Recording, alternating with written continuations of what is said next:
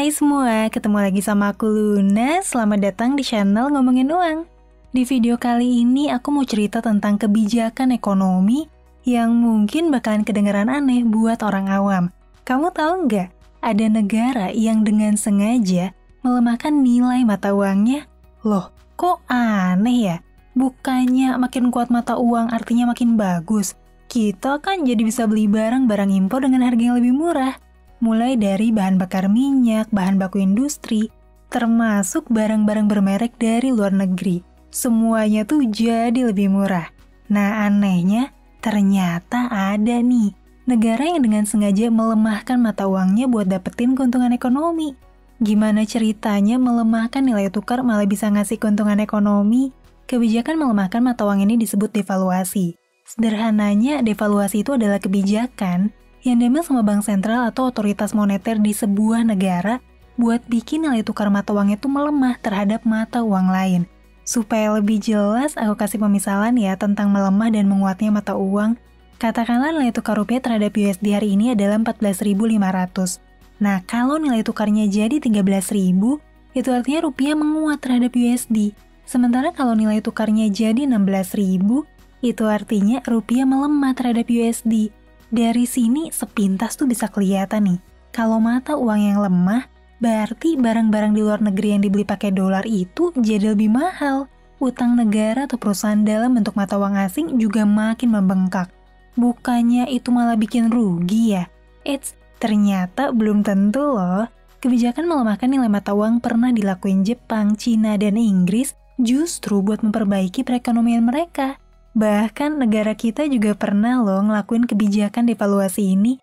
Ngapain sih pemerintah ngelakuin kebijakan buat melemahkan nilai tukar atau daya beli mata uangnya? Kita bahas satu-satu yuk. Yang pertama, tujuannya tuh supaya negaranya bisa unggul dalam perdagangan internasional. Jadi gini, pada dasarnya semua negara itu saling berdagang satu sama lain. Sebuah negara yang punya komoditas unggul bakalan nawarin nih barang dagangannya ke negara lain yang ngebutuhin.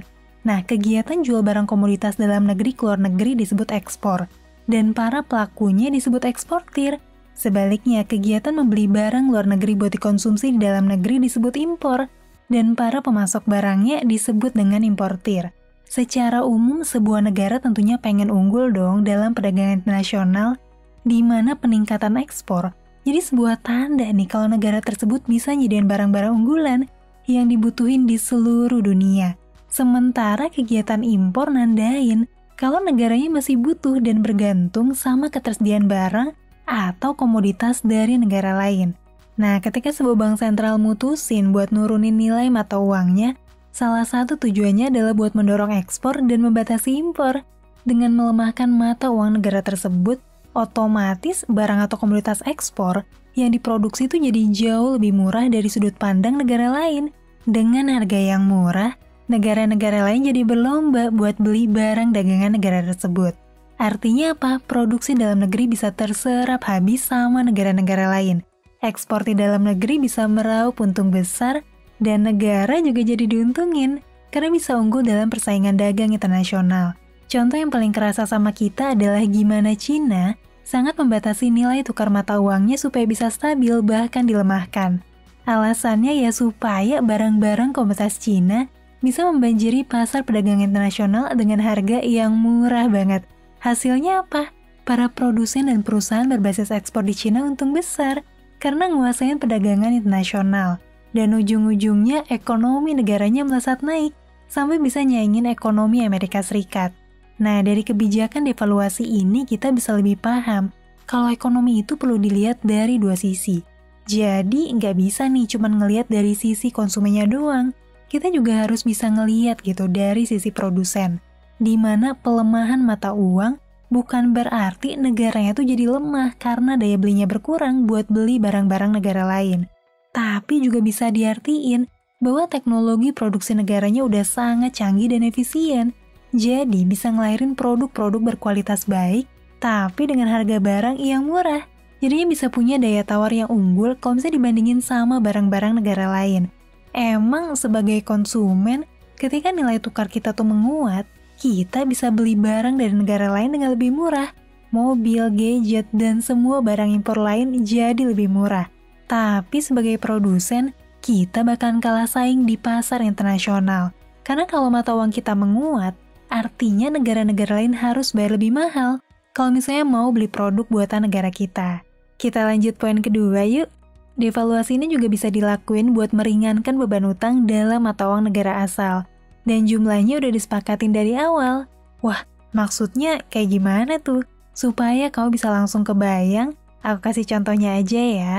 Katakanlah negara kita tuh punya beban bunga sebesar 10 triliun rupiah per bulan, dan jumlahnya tetap terus tiap bulan. Kalau misalnya terjadi devaluasi atau penurunan nilai rupiah, katakanlah sebesar 50%, meskipun beban bunga yang dibayar nominalnya tetap nih 10 triliun rupiah, tapi karena ada devaluasi, pembayaran cicilannya relatif jauh lebih murah. Kalau misalnya devaluasi setengahnya 50%, artinya nilai sebenarnya dari cicilan 10 triliun itu ya cuma sekitar 5 triliun rupiah. Hal ini nggak cuma berlaku buat utang negara aja, tapi juga termasuk utang perusahaan atau utang pribadi dalam mata uang negara asal. Kebayang kan? Cicilan rumah dan mobil kamu jadi lebih terjangkau. Tapi di sisi lain, kebijakan ini bisa membahayakan negara yang punya banyak utang luar negeri, yang utangnya itu dipatok dalam mata uang negara asing. Jadi kalau mata uangnya didevaluasi, artinya negara tersebut harus bayar utang luar negeri lebih besar daripada sebelumnya. Sekarang mungkin kamu penasaran nih, negara mana aja sih yang pernah ngelakuin kebijakan devaluasi? Yang pertama adalah negara Jepang. Buat kamu yang belum tahu, Jepang walaupun statusnya sebagai negara maju, tapi dalam 30 tahun terakhir, industrinya tuh terancam nih, sama perkembangan produk-produk dari Cina. Sampai 2011, nilai Jepang terus menguat bahkan mencapai tingkat tertingginya di 80 yen per US dollar. Dan penguatan yen ini bukanlah hal yang bagus, malah sebaliknya. Barang-barang produksi Jepang malah makin mahal di pasaran dan gak bisa bersaing sama barang-barang dari Cina. Sampai akhirnya di tahun 2012, Jepang ambil kebijakan devaluasi buat membantu perekonomian Jepang, khususnya tuh industri mesin mereka. Program ini dinamain Abenomics, karena dilakuin atas perintah Perdana Menteri Jepang yaitu Shinzo Abe. Devaluasi ini dilakuin dengan cara ningkatin jumlah yen yang beredar di pasaran. Cuma dalam waktu 2 tahun aja, nilai tukar yen melemah sampai 40% terhadap US dollar dan hampir nyentuh angka 110 yen per US dollar. Hasilnya perusahaan besar Jepang kayak Yokogawa, Keiichi, dan Panasonic dapetin untung besar-besaran karena bisa bersaing harga di pasar Amerika dan juga Eropa. Perusahaan Jepang ini bisa ekspor barang dengan harga 10-30% lebih murah di pasar internasional, tanpa harus ngurangin keuntungan yang didapat perusahaan. Contoh lainnya adalah devaluasi yuan oleh Bank Sentral Cina. Di tahun 2015, Bank Sentral Cina sengaja nurunin nilai tukar yuan sebesar 3%. Devaluasi ini berhasil bikin produk Cina jadi lebih menarik, karena harganya tuh makin murah di pasar internasional. Selain itu, pelemahan yuan ini bikin barang impor yang masuk ke Cina jadi lebih mahal. Jadinya kebutuhan produksi dan peralatan rumah tangga yang sebelumnya tuh diimpor, terpaksa disubstitusi sama produk lokal buatan dalam negeri Cina. Dengan begitu, industri dalam negeri Cina jadi makin menguat, karena dipaksa sama keadaan buat bisa mandiri dengan pakai produk-produk buatan lokal. Selain Jepang dan Cina, negara kita juga udah sering banget ngelakuin devaluasi. Bahkan dalam kurun waktu kurang dari 100 tahun, kita udah ngelakuin devaluasi sebanyak 7 kali. Hampir semuanya dilakuin pas Indonesia dilanda inflasi tinggi. Devaluasi terbesar sepanjang sejarah Indonesia dilakuin di tahun 1978. Keputusan ini diambil karena lemahnya penguasaan dana yang akhirnya bikin pendapatan negara dari hasil minyak bumi tuh jadi turun. Keadaan diperparah sama angka inflasi yang tinggi banget kalau misalnya dibandingin sama negara-negara lain. Sebagai imbas dari inflasi ini, Pertamina tuh sampai terjebak lilitan utang sebesar 10,5 miliar dolar. Akhirnya waktu itu pemerintah ngelakuin devaluasi rupiah sebesar 33,6%. Dari 415 rupiah per US dollar, jadi 625 rupiah per US dollar. Oh iya, kamu juga harus tahu nih, sebetulnya kebijakan devaluasi ini nggak selalu bisa berjalan sesuai harapan. Misalnya devaluasi yang dilakuin Inggris di tahun 1967. Devaluasi ini ternyata malah merugikan Inggris, sampai-sampai pemerintahnya dinilai gagal. dan sempat ditolak buat masuk jadi bagian organisasi ekonomi negara-negara Eropa. Wah, kok bisa gitu ya? Jadi gini ceritanya.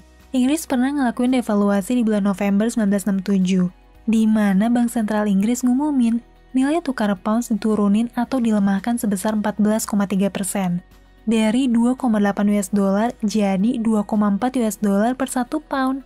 Harapannya ya supaya nilai ekspor mereka bisa bersaing. Tapi ternyata hasilnya malah merugikan banyak perusahaan di Inggris.